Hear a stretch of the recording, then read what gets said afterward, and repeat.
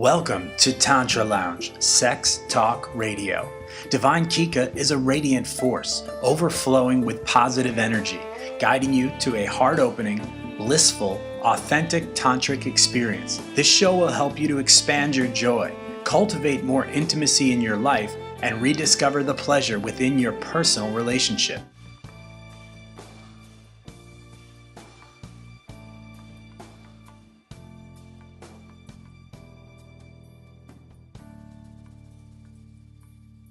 And he's very experienced, obviously. Oh, he's the most amazing teacher I ever met. Like as far as Qigong and Tai Chi and the whole sexual energy, he really has a vast knowledge. And he's very humble. You know, you look at him, you would never know that man is so successfis when you see him sitting in the lobby.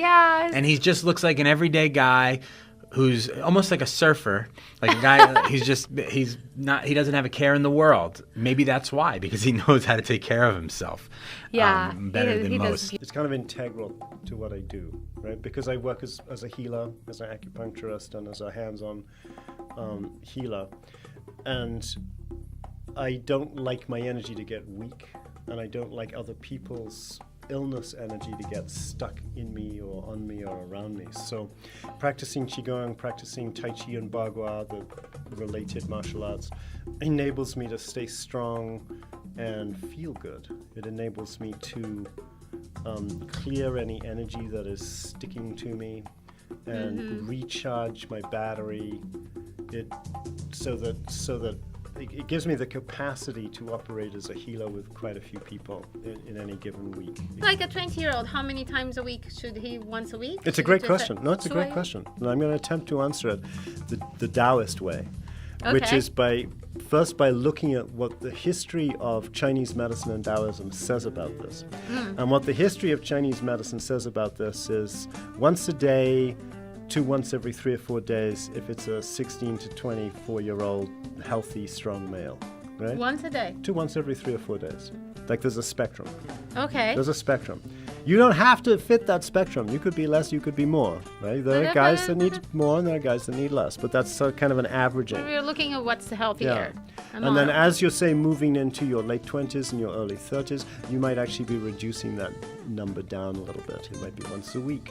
Once a week? That. Yeah. For a 25 to 30-year-old man. Could be twice a week for some men, could be once every 10 days for some men. And then as you get older, it's going to get longer and longer and longer. Then you can get into this third realm, what people call the valley orgasm state. And that's remarkable. That's just a remarkable state. I want a real estate there.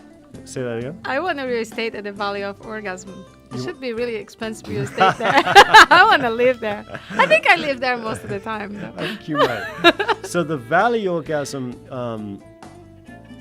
is a sort of a deeper stage than the one I just described, where a kind of energy emerges between you both that has a quality of soul, has a quality of stillness and fullness and a kind of soul quality. And that's where people might spontaneously, weep or a woman might weep or that's the man where might those feel blissful joined. tears come. And that's Right. such a beautiful part of lovemaking that we all crave and long for that. I think if we all had some of that, our lives would be so much better. A woman could be stuck in a place where she's really never had an orgasm, or a man could be stuck in a place where he's, in an addictive relationship or something like that to masturbation, for example.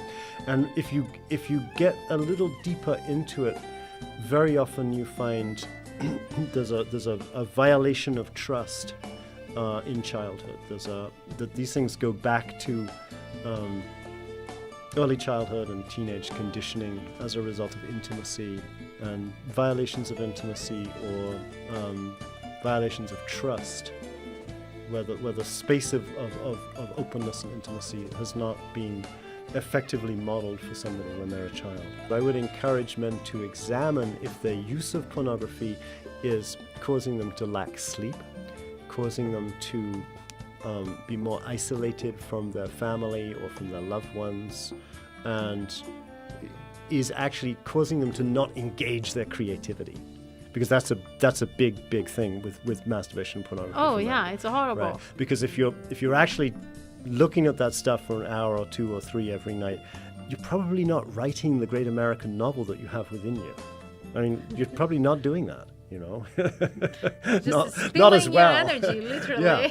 So my thought about that is, just for each individual, each man to examine, what are your limits with it, you know, and can you find limits with it? Is what you're doing with it harming you or taking away from other expressions of your life force?